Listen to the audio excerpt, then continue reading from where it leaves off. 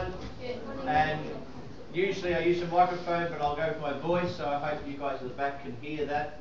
And I'll speak slowly so you don't get confused with the Australian accent.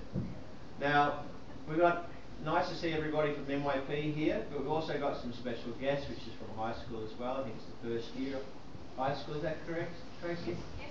So welcome to you guys. You're joining us for our assembly, and we've got a special guest speaker, which is to do with talking about drugs today. Now, obviously, the same thing goes for when we have an assembly. We don't expect mobile phones to come out or music to be played and all that sort of thing going on. So if you've got those things, please make sure that they're turned off and make sure you got them away. And I know that our high school guys will lead by example. One of the most important things that we do talk about in schools is to do with drug education, because it affects a lot of people, affects all of us in different ways. So today is going to be a time where you can reflect and think about a few things, because it will come up in your life where you have to make some choices. And that's what this is all about, to give you an opportunity to reflect and that you can make the best choices for you along the way of your life. So today we're going to hear a presentation about the truth about drugs, and Alex is here to present that to you. So a warm welcome to Alex, and enjoy it.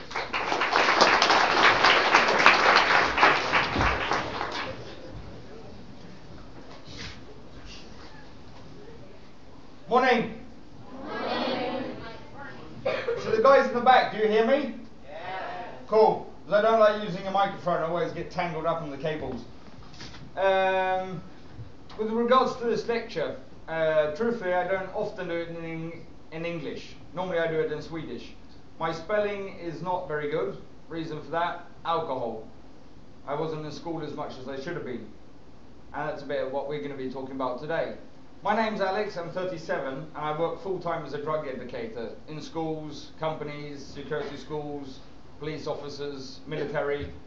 And the reason for doing this is, as your headmaster said here, there is problems with drugs in society today. I don't know if you've run into any problems with drugs yet. Met anybody on the town who's been drunk? Gone through Nordstan and seen people looking like this? Taking a bit of heroin, one of these guys? I haven't taken anything. I'm cool. Speeded out on amphetamine. I mean, there is drugs in society. The reason for that is it's the second largest business in the world. The biggest one is weapons, military, war. That's what makes most money. Then you have weapons. Then we start going into, you go down to the drugs. Then you come down to oil. Then you come down to porn. And in fifth place, someone squeezed in food. That's the 5 biggest industries on this planet today. Fantastic shopping list, isn't it? So we blow people up, then we take drugs, watch porno, rape somebody, eat, and... So we put big helmets on, made out of brass with big horns on. I think we're still in the time of the Vikings. A lot of things haven't changed. I've heard somebody say, yes, slavery's disappeared. No, if you go up to the north of Sweden and talk to the guys plucking berries, because they're not exactly earning a lot of money. You still have trafficking and all this kind of stuff. You have children working in factories in different countries, making toys for other people. I mean, a lot of this stuff is still going on. But when it comes to drugs, there's one big problem. And very often it's the guys talking against drugs. Because what do they try to do? Scare everybody. If you smoke hash, you're going to die. And you go, yeah, right. MTV, Ozzy Osbourne. He's not dead. Keith Richards, Metallica, Snoop Dogg, Britney Spears. I mean, there's so many rock artists and singers who've been on smoking pot, they've been on heroin, amphetamine, they've been drinking. Are they dead? No. Are they rich? Yep.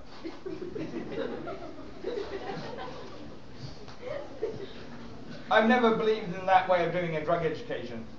The reason for that is it's not my choice. If you want to smoke pot, be my guest. It's not my life. I tried, didn't work very well, gave me a lot of problems. But it's still up to you, because it's never going to help that someone enforces me to do anything, because it doesn't get done. Anyone have this happen to you? Your parents tried to get you to do homework? No way. I don't want to do it. Ah, new pens.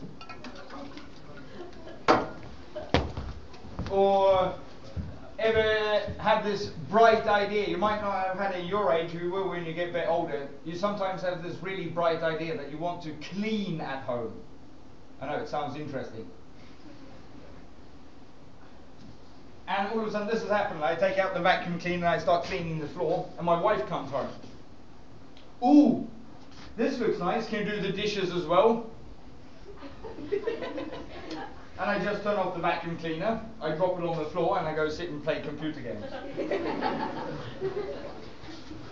Because I didn't want to get forced into that situation. I wanted to do it on my own, by my own decision. As soon as someone started to put their own decisions in there, then I just got pissed off. No more vacuum cleaning. You nag too much, and then I go play computer games. Same thing will happen with drugs. It would be the same as I said to you, don't think about an orange elephant. I mean, truthfully, absolutely, do not think about an orange elephant. And right now everyone's battling with this humongous elephant walking around in your head. And another thing is, to go out to a school and try to tell people taking drugs isn't a good idea is a bit like saying to everybody in the group, you're stupid.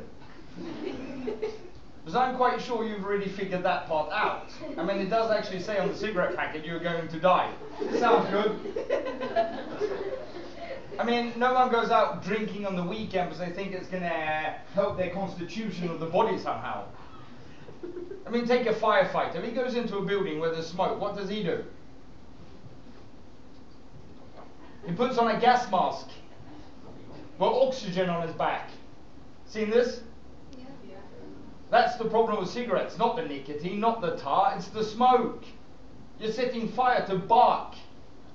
That's like wood wrapped in paper. This is burning toxins. And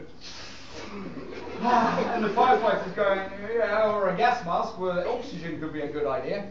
I mean, you don't really have to educate people about drugs in that way anymore. People know they're not very good. The only problem is, why do people do them anyway? Even though we know they're crap, we still do them. It's like reality TV. We know it's crap. We watch it anyway.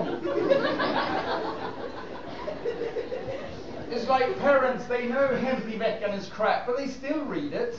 And then they go, well, I read this in the newspaper. And then when they do all these tabloids tests, they always find out the two people we don't trust are politicians and journalists. Anyway, you hear people at work every day, I read this in the newspaper.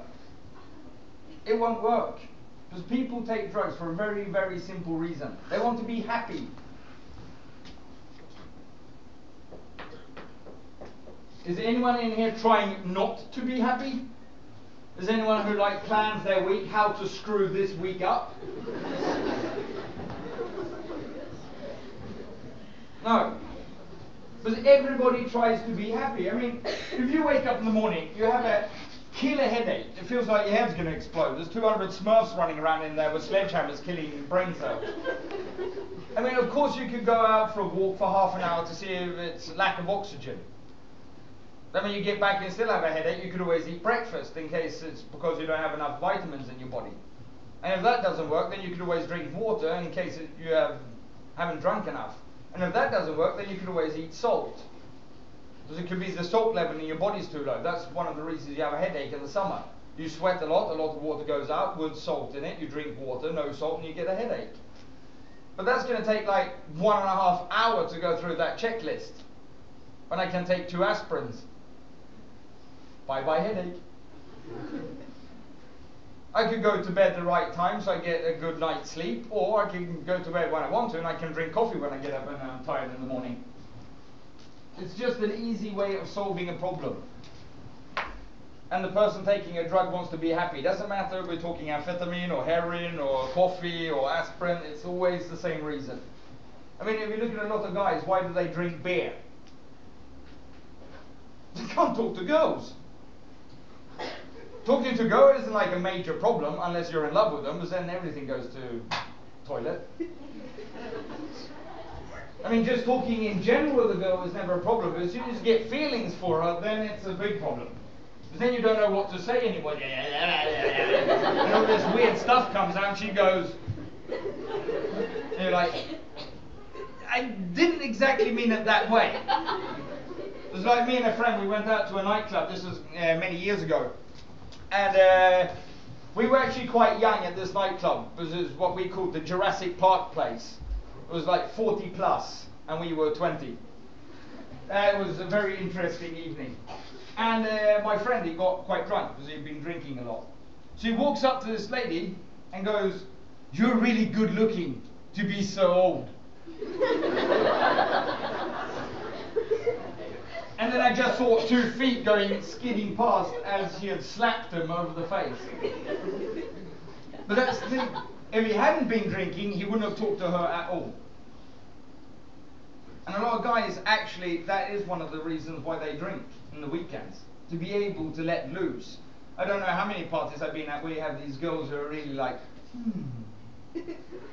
4 beers later on, they're half naked, dancing on the table, and you're going, she's not like that in school.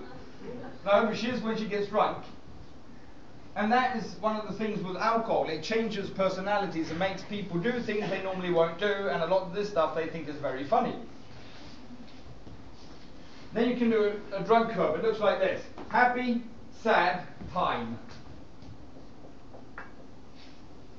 Time is different from one person to another person. Very easy reason for that. Every person is different. We have different religions. We have different political beliefs. We listen to different music types. We watch different types of movies. Some people like to play World of Warcraft. Others want to play Battlefield 3. It depends on what type of person you are. And it's the same with drugs. You can't say if you start smoking pot on Friday, you're going to die on Saturday. It doesn't work that way. There's people who've been on drugs for 20 years and then quit and get their life back. There's been people on drugs for 2 days and died in an overdose.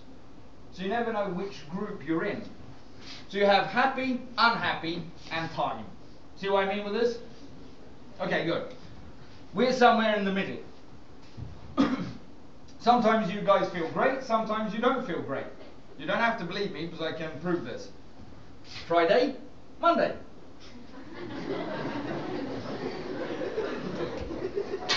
I mean, has anyone seen this happen on a Monday morning? I'm sick.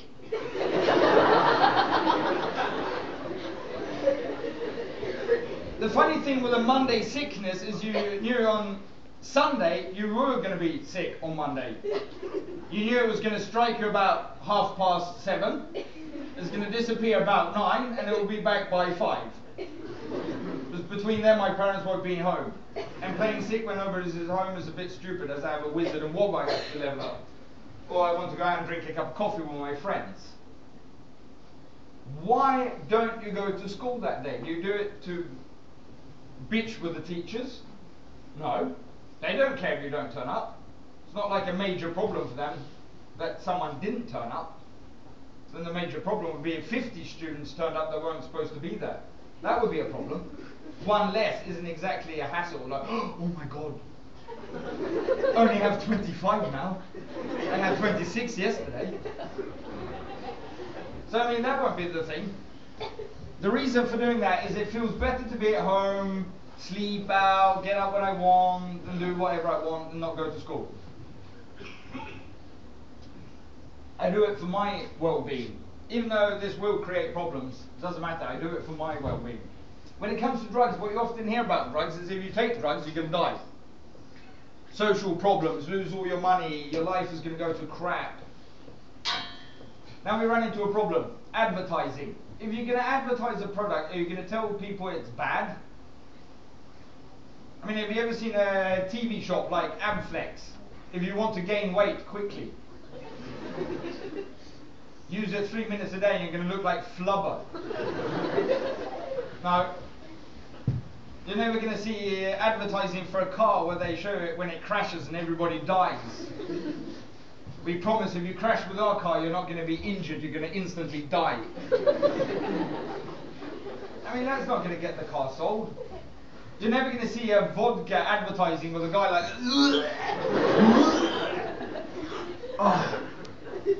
oh, vodka, if you want to know what you have for breakfast. No. It's not going to happen. Now, I haven't seen that many English advertisings here in Sweden, but when we take a couple of the Swedish ones, you got like Kopparbergscider. Om du har svårt att snacka med brudar. So you have Kopparbergscider, we have had a hard time talking to girls. Or Norrlands guld, if you want to know yourself. What? People look different all over the planet. Somewhere you're the best looking. Pripps blå. Sometimes I wonder, is there beer in these cans or the psychologist going to bounce out? And if you go out on the internet, then you can look at like American antidepressive advertising. That is some really cool stuff. It looks like Sound of Music. You see this really depressed woman, half an hour later she's running through grass up to here.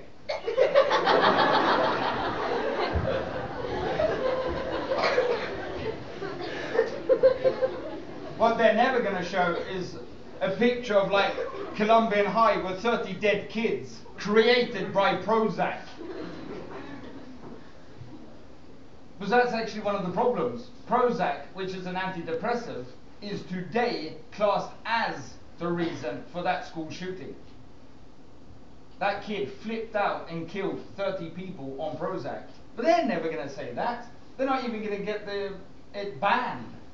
Have you ever heard about like Volvo, BMW ran into this one year, Toyota had this one year, that they had to recall cars because there was some fault with them? Anybody heard about this?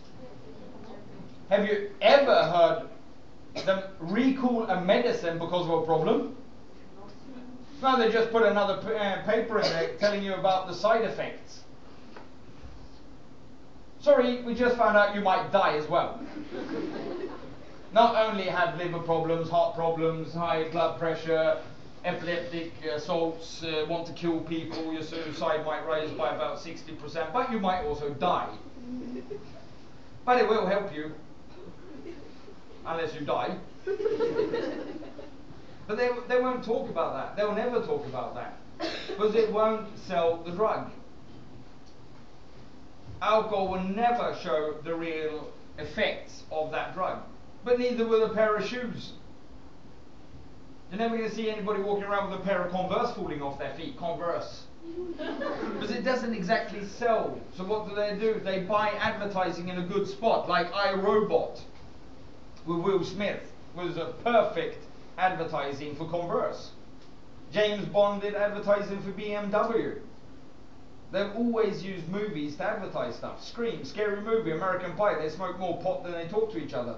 There's nothing new with this. When I was young, it was called Friday the 13th and Terror on Elm Street. It's exactly the same thing. Teenage movies, a lot of kids, a lot of drugs. But they're not going to say it's bad. They're going to say it's fun, it's good, it's going to give you a cool effect. Are they lying? No. Are drugs fun at the beginning? Absolutely, or else people wouldn't do them. I mean, if you smoke pot and your ear fell off, you're not going to go out and want, is there any more? Why? I just lost one ear, I have one left. That won't happen. But if you have a very good effect from it, then a person will take it again. And if we take alcohol as an example, people go out and drink, they do a lot of stupid, silly stuff, and they have loads of fun. And then they wake up. And how do they feel the day after?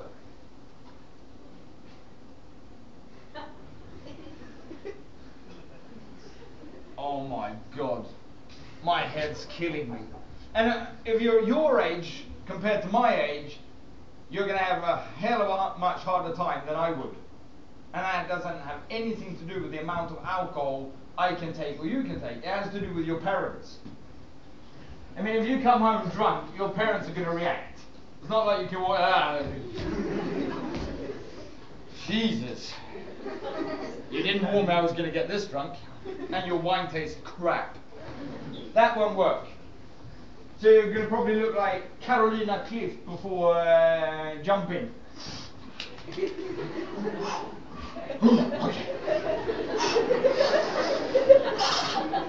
Then you open the front door and you go in like Terminator. And that's when you meet mum and dad going, have you been drinking? And you're saying there, no. You know, they know. They know, you know, they know. But they can't prove anything, so they just stare at you, and you stare back. And then they say, go to bed, and you just go, yeah, that's a good idea.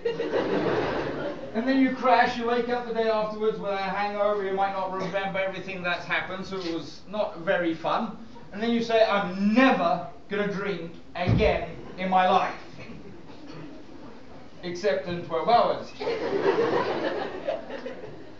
Because people are professional at remembering what's fun and bad at remembering what's bad.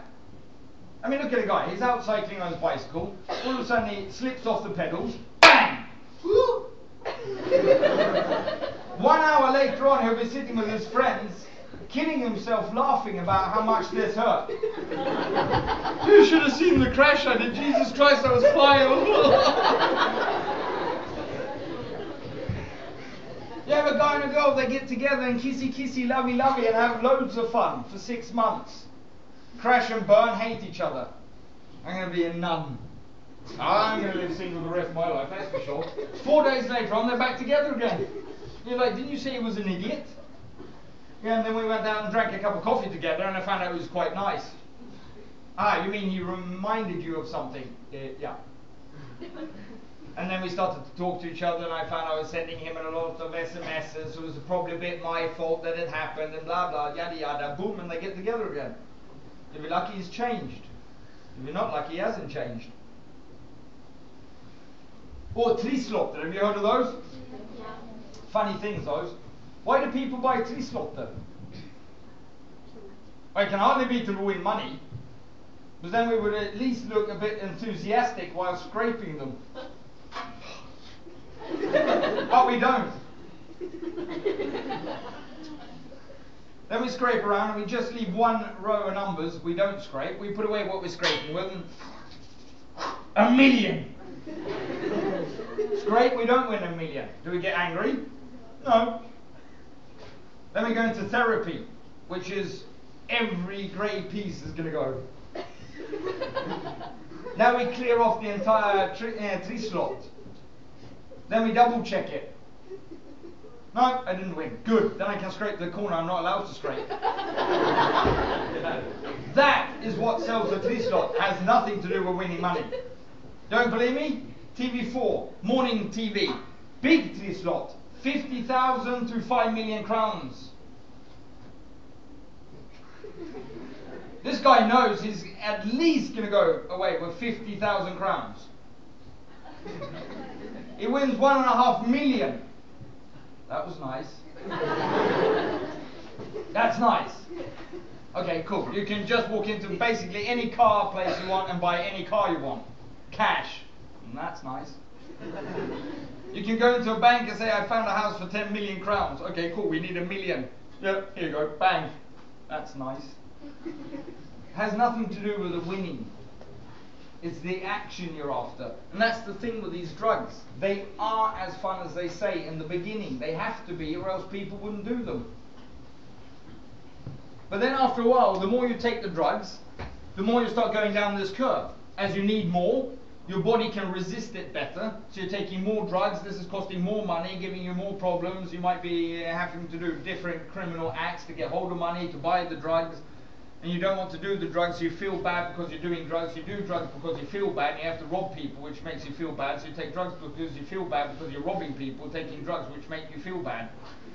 So you get to a point where you feel a bit stupid. It's a bit like being in a hole and you take a spade and you start digging, and when that doesn't work, then you take this big machine and put down there, and when that doesn't work, you put 300 kilos of TNT and go boom, end. dead. Does everyone end up there? No. Some people quit here. Some people don't. Who's who? You'll never know. Have you ever heard a movie called Jaws?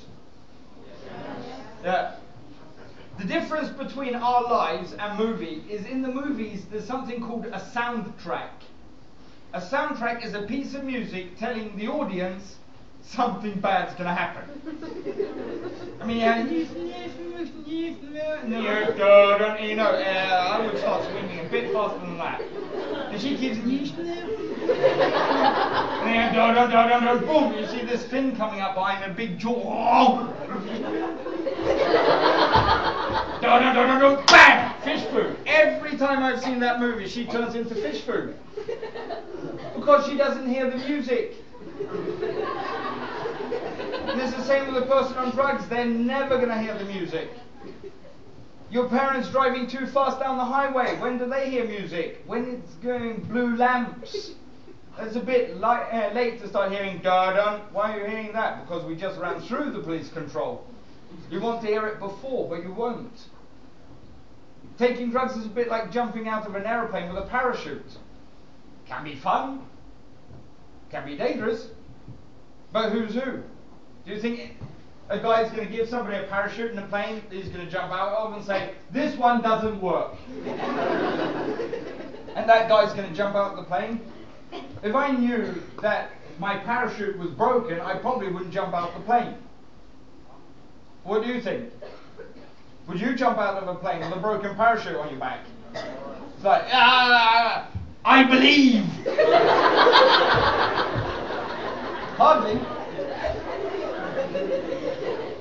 And it's the same thing with a drug. If a guy knew, if I smoke this pot, my life is going to go to crap, but I believe, he wouldn't do it.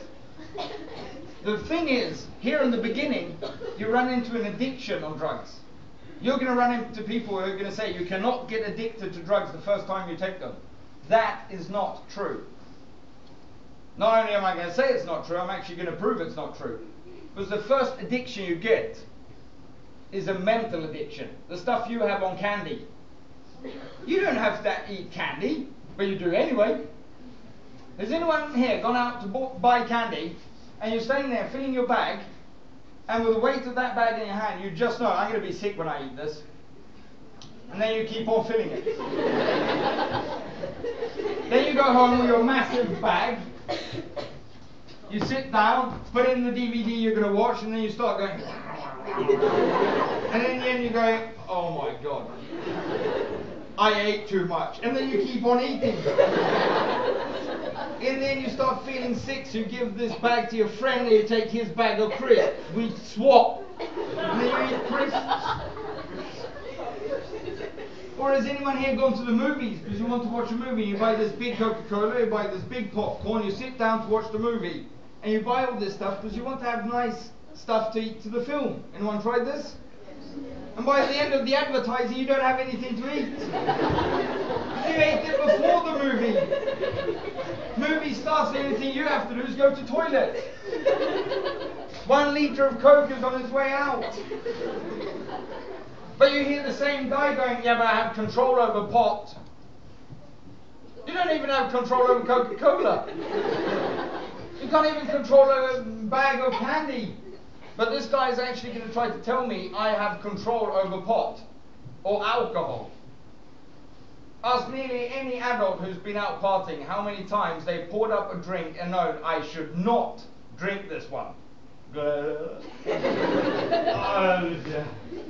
I should have skipped the last one, which means I should have skipped at least the last 3. But that's what it is.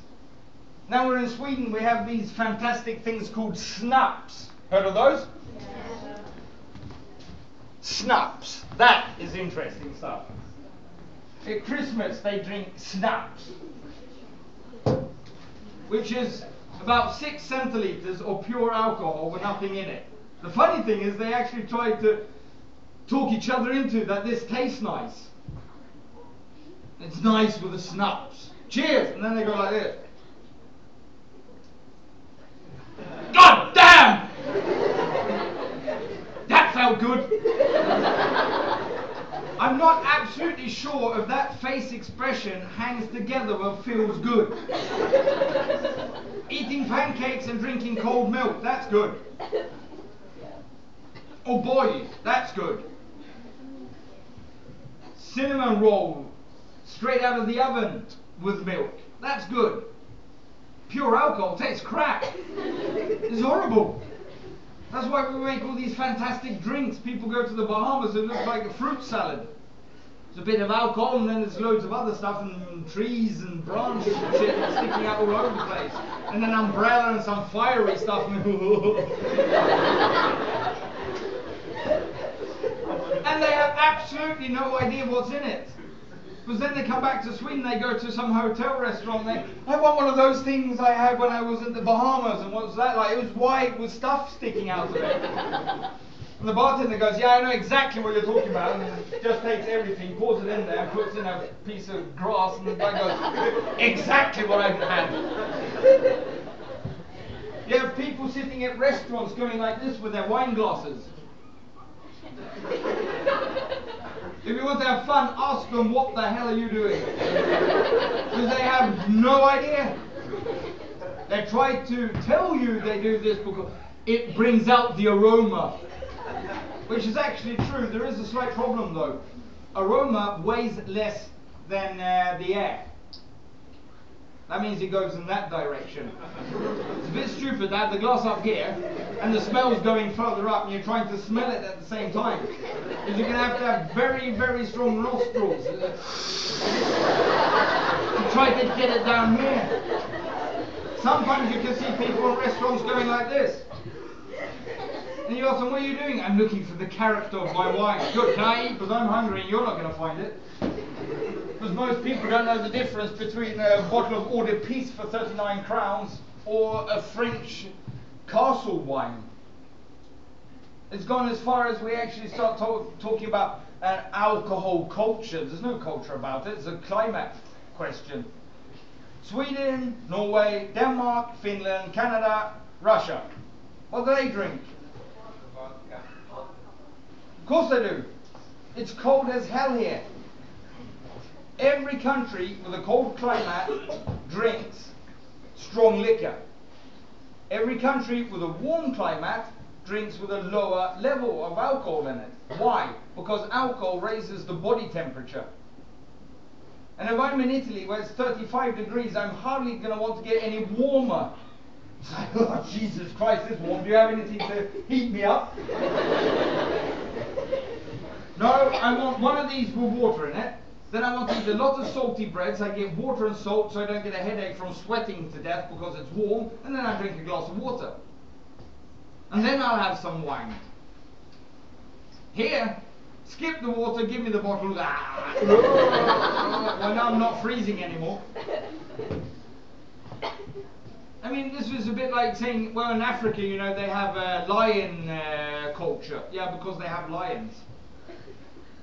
We don't have any lions here, so it's a bit hard for us to have a lion safari. Where you can look at pictures. Go to the north of Sweden, you can go on an elk safari. Yeah, but we don't have any elks down here, so you can't go on one of those. You can go on a tram safari here in Gothenburg. This isn't a culture thing, it's climate dictates what can and what can't be done.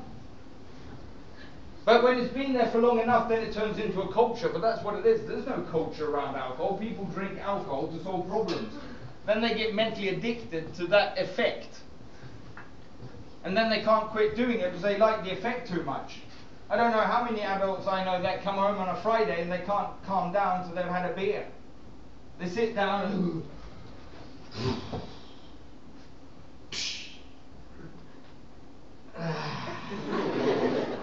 weekend. Well, it's actually a weekend before you open the beer as well. A lot of us are addicted to coffee. Do you have to drink it? No. Do you drink it? Absolutely. Too much? Every time. Someone goes past with a pot of coffee. Do you want some? Yep. I just had a cup, but I mean, if you're asking, of course I'll take one. And that is what a mental addiction is. a person gets stuck to the effect of the feeling of that drug mentally. Doesn't mean his body wants it, he wants it. Do you see what I mean by a mental addiction? Cool. After a while, when being doing that, then you're going to run into what's called a physical addiction. That's a totally different story. Now, it doesn't matter what you think, because now your body has got addicted to this stuff. And when your body gets addicted to stuff, it gets to be a bit of a pain. Has anybody sitting here, been in the classroom, studying, and got hungry? Yes. And this happens. Your stomach just said, breakfast has now run out, we need lunch. Can I go eat? Teacher goes, no.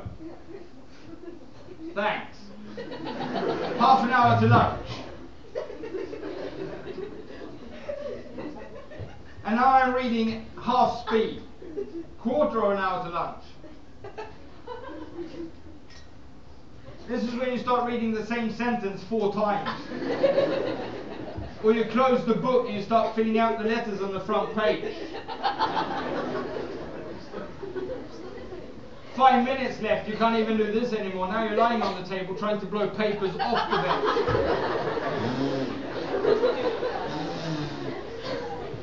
And the only thing that's happened is your body's just run out of all energy. So what it's starting to do is it shuts down non-essential things to keep you alive. Studying isn't essential. Neither is playing computer games. Your body wants to eat, sleep, and go to toilet. Because every living entity on this planet has only one urge, and that is to survive. That's why it doesn't matter how many different types of penicillin we find. There's still going to be bacteria, because they'll evolve. They'll mutate. They'll change, because they don't want to die either. Neither do we. So the only thing my body really needs to do is eat, sleep, and go to toilet. So when I'm studying maths and get hungry, it's just going to go, well, I don't want to study. But I need to learn this. No, you need to eat. And when you're having a physical addiction and it gets really, really bad, then you go into withdrawal symptoms. Some of you have already had this with like stomach pains, headaches when you're hungry. Has anybody here seen a movie called Alive? About a bunch of rugby players that fly into the Andes and don't have food with them. Yeah. How did they solve this little food problem they had? Eat their friends. Exactly, they eat their friends. I've probably seen that in some survival guide somewhere. If you're out travelling, have a lot of friends with you. If you don't have food, you're going to need them. You're hardly going to see that in the survival manual. Has anybody here seen a movie called 127 Hours? Yeah. About a guy who gets his arm stuck and chops it off. It's probably in some survival guide that as well. If you get stuck, chop your arm off and get home. You can never ask anybody to chop their arm off. You can't ask anybody to eat another person. As for most people, that feels repulsing even to have the thought. I mean, I can just have the thought to shove a knife right through my arm is a bit hard to think. But that was his least of his problems. First, he needed to break the arm. Because he figured out, I can put a knife through it. That won't be a major problem. It's going to hurt a lot, though. But I can only cut halfway, because then there's a bone in the arm, so then I have to cut from the other way, but then the arm's still going to be stuck through the bone. And I can't cut through the bone with this little knife, so first I have to break my arm, which is going to hurt. Then I'm going to have to go through it, and when I cut off the antennas, one's going to go straight down here, and the other one's going to roll up into my armpit. Then after doing all this calculation, he actually did it, and survived. The reason for that, he said, was I needed to eat or else I was going to die. So if a person with withdrawal symptoms on food can actually go to the extent to eat another person or chop their arm off. But then you can start figuring out what a drug addict on heavy withdrawal symptoms is going to be able to do. Rob his friend, rob his parents. If it's a girl, she might go into prostitution. A person down here doesn't care. They just want to survive. How do you think war works? Is there actually that many people on this planet that have this burning sensation, I want to kill somebody, that you could actually have a war? I don't think so. But if you take a guy and put him here with an AK-47, here, hold this and wait a minute. Then you walk over to this guy and you give him an M16, you say, okay, stand here, wait a minute. I'm going to go stand in my bulletproof booth here in a minute with a little flag. And when I start going like this, you guys can do whatever you want, alright? Okay? Cool. I mean, of course this guy might think, as he's a nice guy, okay, so I put my gun down, we walk over, take his gun and shoot the idiot in the middle. Shortly after that thought, I'm going to have another thought. But what do I do if he's an idiot? That means I put my gun down and he puts a bullet through me. Can I take the chance that he is a nice guy? No, I'll shoot him first. If he's a nice guy, sorry. If you're a bad guy, your fault. Because I'm not going to get shot. And that's why a war can actually be done. Because people do not want to die. So they will kill another person to save their own skin. That's why all these TV shows like Robinson, they already know it's going to freak out. Because as soon as they have to fight over food, they're going to stab each other in the back. They have one group here, one group here. This is going to work quite okay. But what do they always do in the end of the programs? They take the two groups and then they mix them. Why? Because they know these have decisions between each other, how they're going to play the game to win. These guys have theirs. Now they mix them and their decisions go to crap. Because now they have to make new decisions with people they might not like, that they were trying to get rid of, that stayed there. Of course they're going to have conflicts. They know how that's going to work. And the food is what they use to create that problem. Physical addiction. And that's the difference between I want to take drugs because it's fun, and I have to take drugs or else I'm going to get physically sick. With like diarrhea, throwing up, cramps, panic attacks, stuff like that. And that's the difference from fun to bad. There are going to happen bad things on this side as well. But not at the same extent they will on this side. Here you take drugs because you want to feel better. Here you take drugs to feel okay. I feel crap. But yesterday I felt really crap. That's the only difference. Do you see how this works? And in the end, if you're unlucky, you might die. Not everybody who takes drugs dies. Some end up in rehab. Some do die. Some end up in prison. Some don't even have to go to rehab. They quit doing drugs on their own. But nobody knows who's who in the beginning. I mean, does everybody in here know who Michael Schumacher is? Yeah. Okay, for people who don't know, he was ranked, I don't know if he still is, but he was ranked as the world's best Formula 1 driver. This guy won the Grand Prix 5 races before it was over. The last 5 races of that Grand Prix, he didn't even have to drive his car if he didn't want to. Because he had so many points, there was no way anybody was going to beat him. But he still drove the other 5 just to have fun. But I'm pretty sure, even though he was ranked as the world's best Formula 1 driver, he could never sit down in his car and go, I'm going to win. Are you sure? Absolutely. He probably had that way of thinking, but I'm quite sure he knew, ooh, this is going to be a tough one. It's raining, damn, I might skid, I might slide off the road. He always had to have that part with him. People on drugs, they don't look that way. They always have this idea, it's going to go great. Yeah, I'm quite sure Kurt Cobain thought that way. But it didn't go great. So that's the thing. And that's why I'm back to where I started. It's not my decision. If you want to take drugs, fine. But don't complain later on if anything goes wrong. Oh, it's society's fault. What, Reinfeldt asked you to smoke pot? Don't think so. Obama told you to smoke pot? No. If a person takes drugs, he did it because he wanted to. Sometimes you can run into that. People say it's genetic. It's like the genetics of the body makes you a drug addict. That seems nice. Thanks for that genetic string. I really love that one. I don't know how that works or it doesn't work. But I have a friend who drives motocross. His sister also drives motocross. Actually, so does his brother, and his mum, and his dad. That must be a genetical motocross family. Or it could be that they were born and raised beside a motocross track. Just as most farmers were born and raised on a farm. It's very seldom you see a guy in the middle of the city go, well, I'm going to skip this with the lawyer part, I want to have a tractor. You go out to one of these, what's that called? A Jordbruksgymnasium. How the hell am I going to translate that? Agriculture school. Yeah. High school. If you go to one of those, how many city people are you going to find there, do you think? You might find some girls, city girls there, because they like horses. That's what you'll find, maybe. And then you'll find some who wanted to get rid of their parents. And very often those are boarding schools. They pick them to get rid of their parents. Pooh, I have to get out. And if I have to drive a tractor to do it, okay, so be it. But most people there will actually come from the countryside.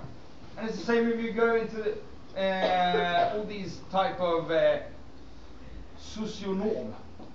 Translating these are interesting. Oh, like to be social welfare, this type of stuff, lawyer, educating. You're going to find a lot of people going to those kind of schools come from city. The further you get out from the city, the more you're going to start finding people going to carpenter school, restaurant school, hairdressers, car mechanics. And that's always worked that way. You had the castles before in the middle of the city. The further you got out, the more people were out on the farmlands. Or blacksmiths, that kind of stuff. I don't know if this has to do with genetics. I think it has more to do with where you're actually born and raised. I mean, I'm from New Zealand. What type of dog do you think I have? A poodle? I have a border collie. Why? I'm from New Zealand. I have to have a border collie. Is it genetic? No. We have sheep. I mean, we're 4.5 million people, but we have 60 million sheep. There's only two things in New Zealand, that's sheep and helicopters. So I had to have a border collie. Why? I don't know. I felt I wanted a dog, and border collies seems like a good idea. If I go up north where I am quite often doing drug education, what type of dogs do they get? Sled dogs. Do you have a sled? No. So why do you get a sled dog? Because it's cold. So you have a sled dog.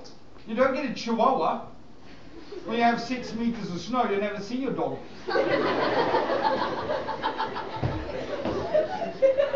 And it will freeze to death. It'd be like walking a popsicle.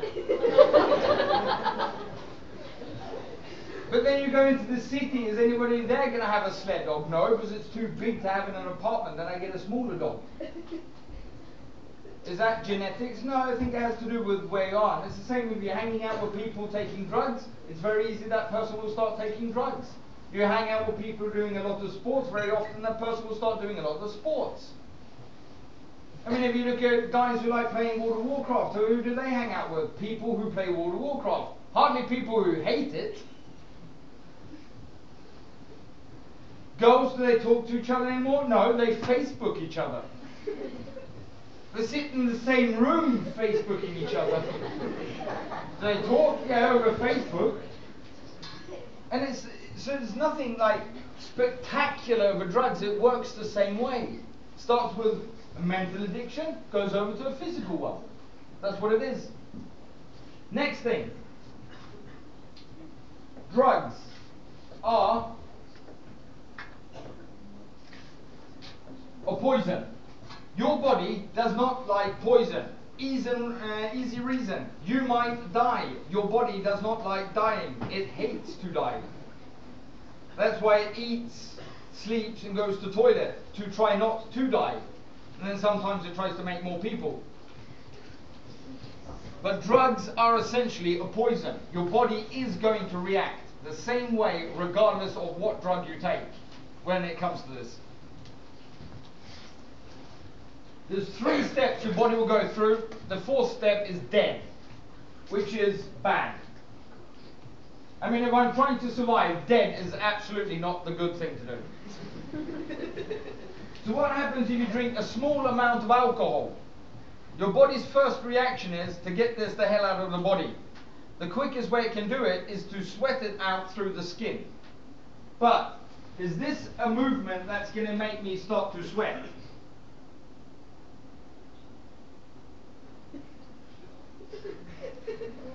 Hardly. So what happens? My body's heart rate is going to start going up, which is going to pump blood through my system quicker, which means more blood is going to pass through the lungs, picking up oxygen, pumping this into the muscle groups, which all of a sudden this happens. Alright! Now we're getting to a party. You have any good CDs? And now you're never going to hear the end of any song ever. You're going to hear the beginning of every song you put on, but you're never going to hear the end of any of them. If you're at home with your parents or relatives, have you ever seen these social meetings? They're fun. And everyone, nobody's listening to each other. They don't really care what the hell they're saying. It's like, how do you feel? I feel good. If they said I feel bad, that's nice. Social crap meeting. But then they get a couple of beers in their body or a couple of glasses of wine, and all of a sudden their ties start opening up. And now action starts moving. People start moving around in the rooms. Their body temperature starts to rise. They start to sweat out the drugs through their body. That is the first thing that happens. Now I have to try to find the English word for that.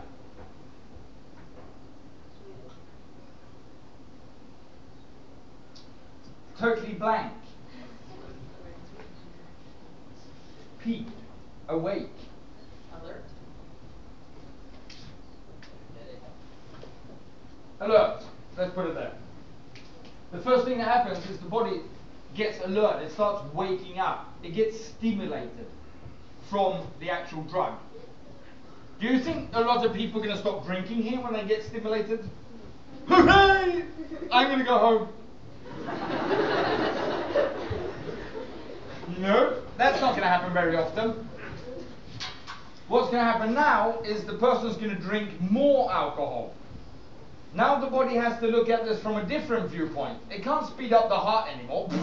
I mean, I'm dead. I haven't even got to 2 yet. So now it has to start braking me. So I slow down, so I don't drink too much, so I don't injure the body too much. And this is these kind of people. You might have seen them sometimes.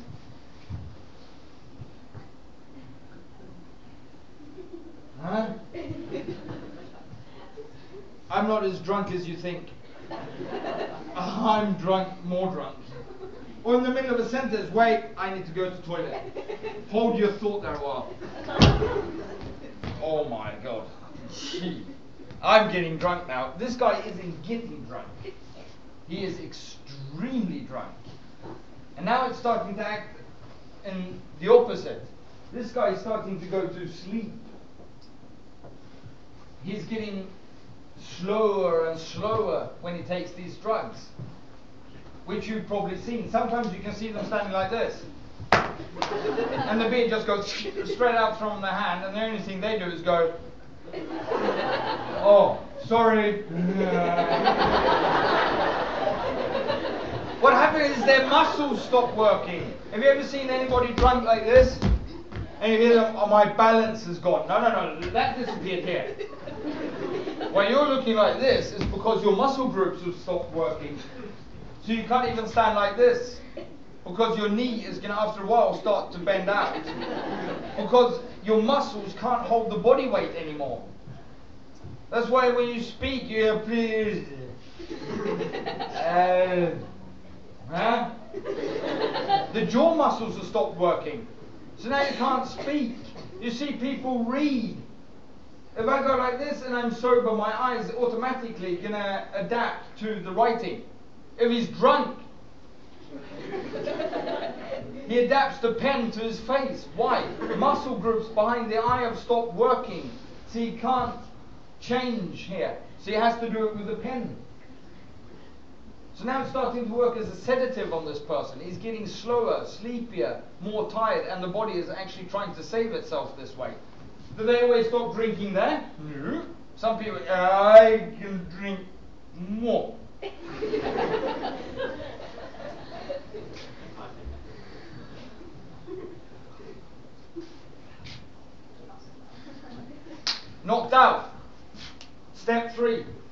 the body is going to be so concerned that it's going to die, it's actually going to knock the person out.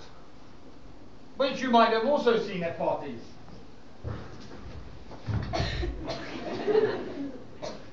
And what happens with somebody in that state? Well, they shave their eyebrow off them. Spray whipped cream in their face, take a picture and put it on Facebook. Terrorize their friend who's sleeping in the bed. Maybe what they should be doing is checking how drunk their friend is. Because the amount of alcohol this person has when he gets knocked out is enough to kill a person. Don't know if you read the newspapers about people who've ended up at the police station because they're drunk and half an hour later they were dead. That's because when you stop drinking, the amount of alcohol in your bloodstream keeps on rising the next hour after you stop drinking. Which means you can actually get killed by the alcohol an hour after you stop drinking. I worked many years as a security guard, and I've had so many discussions with parents, you can't believe it. Because I found young people who are so drunk they can't even walk, and then their parents come, well, I can take care of her. No, you can't. Because then she wouldn't be here to start with. She's 14 years old, she's so drunk she can't stand on her legs, and you want me to let you take her home? Forget it. There's an ambulance on the way to pick her up. But then they get, oh, but then social welfare, oh, and they go into some panic state. But I'm not going to send that kid home with that mother or father who's going to put them into bed and then go watch TV and have no idea what's happening on the second floor. And the kid dies in bed because their parents are watching TV and have no idea that the kid upstairs is actually getting drunker and drunker for the next hour. The person in this state should be checked all the time, in case something goes wrong. This happens on coffee. I can go into a cafe, point at the person and tell you exactly how long that person was there. Just by what physical state they're in. 0 to 20 minutes at the cafe, they're at point 1.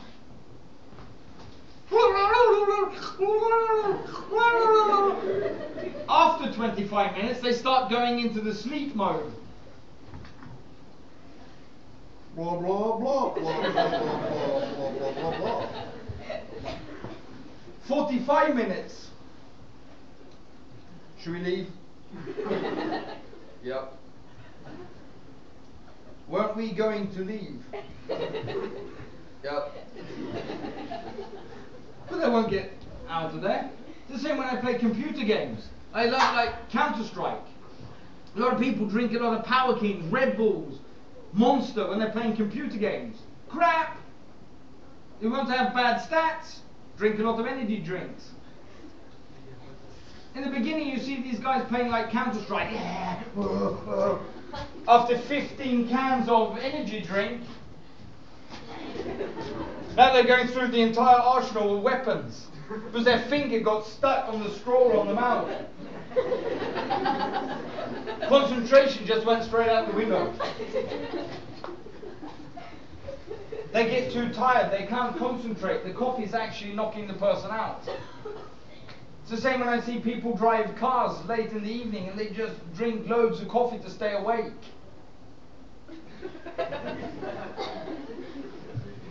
But they're gone. Sometimes you can even ask them, what happened to Warburg? I don't know, I can't remember anything since Helsingborg.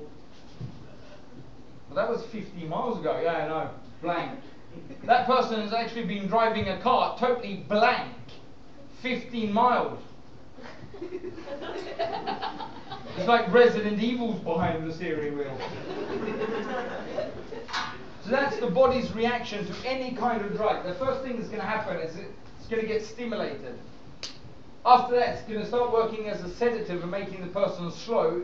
It is actually going to knock him out, and if he has a big enough amount, it is going to kill the person.